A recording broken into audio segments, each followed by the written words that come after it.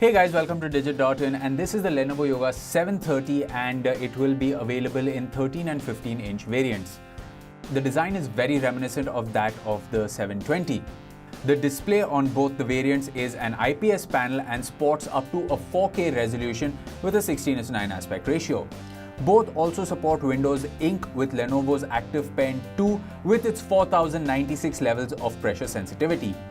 Inside, you get the 8th generation Intel Core chipset, 8 or 16 GB of RAM and SSD storage of a maximum of 512 GB on the 13-inch variant and 1 TB on the 15-inch one. Both also sport a pair of USB-C Thunderbolt ports, a single USB 3.0 port and a combo audio jack.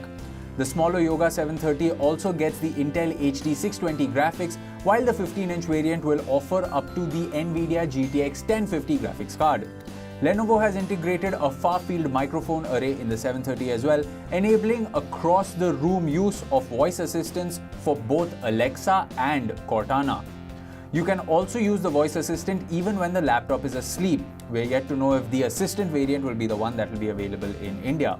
The laptops also boast of Jbl speakers powered by Dolby Atmos, and you get a fingerprint sensor on the laptop.